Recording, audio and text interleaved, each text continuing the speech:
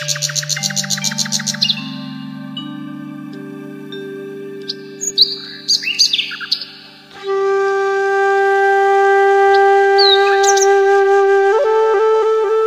Clever monkey গল্পটি best of জাতকো tales থেকে অভিযোজিত। দ্য ক্লেভার মাঙ্কি গল্পটি খুবই জনপ্রিয় একটি গল্প এবং এই গল্পটি একটি চালাক বানর ও একটি বোকা কুমিরকে কেন্দ্র করে রচিত।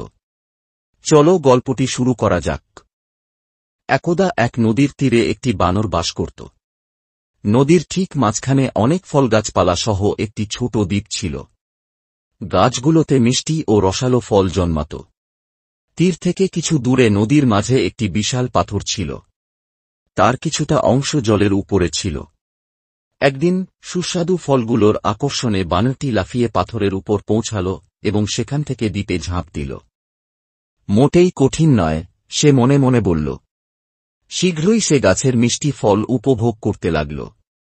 সেখানে আর তেমন কোনো প্রাণী ছিল না, তাই তার কোনো বিপদ ছিল না। সুতরাং বানরটি প্রতিদিন দ্বীপে যাওয়ার সিদ্ধান্ত নিল।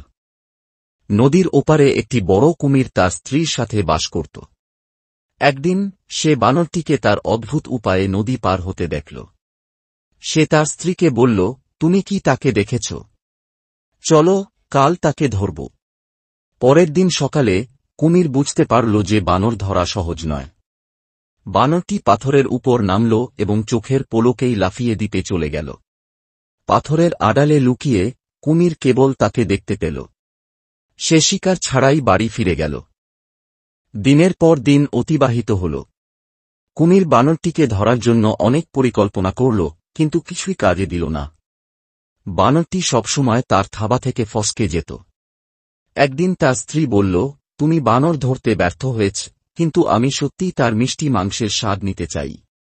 তাই এইবার তোমাকে অবশ্যই আমার পরিকল্পনা অনুসরণ করতে হবে। কুমির বলল, ঠিক আছে, তাহলে আমাকে পরিকল্পনাটা বলো। বানরটি নদীর ওই বড় পাথরটার উপর লাফিয়ে ওঠে। স্ত্রী বলল, তুমি পাথরের উপর স্থির হয়ে শুয়ে থাকবে। যখন সে তোমাকে পাথর ভেবে তোমার উপর ঝাঁপ দেবে, তখন তুমি তাকে সহজেই ধরতে পারবে। কি দারুণ বুদ্ধি! আমি কাল তাকে নিশ্চয়ই ধরব, কুমির আনন্দে বলল। পরের দিন সকালে যথারীতি বানরটি পাথরের উপর লাফিয়ে নদীর দ্বীপে নামল। এটা দেখে কুমিরটি সাঁতরে পাথরের দিকে গেল। সে তার মাথা ও লেজ ভালোভাবে জলের নিচে রেখে পাথরের উপর স্থির হয়ে শুয়ে রইল। কেবল তার পিঠ জলের উপরে ছিল এবং সেটা পাথরেরই একটি অংশ মনে হচ্ছিল। ভালোভাবে পেট ভরে খাওয়ার পর বানরটি ফিরে যাওয়ার সিদ্ধান্ত নিল। সে পাথরটির দিকে তাকাল। আশ্চর্য! পাথরটা এত বড় হয়ে গেছে। সে ভাবল, যখন আমি এখানে এসেছিলাম তখন তো এটা এত বড় ছিল না। সম্ভবত ওই কুমিরটা আবার কোনো চালাকি করছে। সে ওখানে শুয়ে আছে, পাথর হওয়ার ভান করে।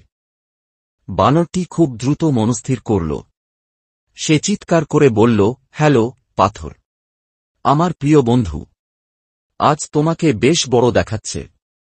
আর তুমি আজ আমাকে সেভাবে অভ্যর্থনা জানাওনি যেমনটা সবসময় করো। তুমি কি আমার উপর রাগ করেছ? তার কথা শুনে কুমির ভাবল, হয়তো এই পাথর সত্যিই বানরের সাথে কথা বলে। আমার পাথরের ভান করে তার সাথে কথা বলা উচিত, না হলে সে কিছু সন্দেহ করতে পারে। তাই সে বলল, না, না আমার বন্ধু, তোমাকে সব সময় স্বাগত। যদি তুমি রাগ না করে থাকো, তাহলে তোমাকে এত আলাদা দেখাচ্ছে কেন?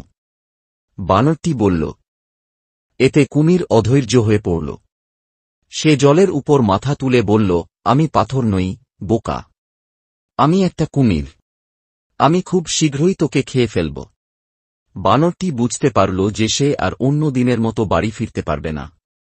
তাই সে অন্য একটি পরিকল্পনা করল। সে বলল, আমার বন্ধু কুমির, আমি খুবই দুঃখিত। তুমি আমাকে ধরার জন্য এত কিছু কেন করলে? শুধু তোমার মুখটা হাঁ করো, আমি সোজা তোমার মুখের ভেতরে ঝাঁপ দেব। বানরটি এর আগে লক্ষ্য করেছিল যে কুমির যখনই মুখ খোলে তার চোখ দুটো সম্পূর্ণরূপে বন্ধ হয়ে যায়। কিন্তু কুমির এটা জানত না। সে বানরের প্রস্তাবে খুশি হল। সে পাথরের উপর নিজেকে তুলল, তার মুখ হাঁ করা এবং চোখ বন্ধ। চালাক বানরটি কুমিরের মাথায় লাফিয়ে উঠল এবং তারপর দ্রুত নদীর তীরে ফিরে গেল। নদীর ধারের একটি গাছের উপর তার নিরাপদ আশ্রয়ে বসে বানরটি কুমিরকে দেখে হাসতে হাসতে বলল, বোকা কুমির, তুই আমাকে কখনোই ধরতে পারবি না। নিঃসন্দেহে তুই আমার চেয়ে বড়, কিন্তু তুই তার চেয়েও বড় বোকা।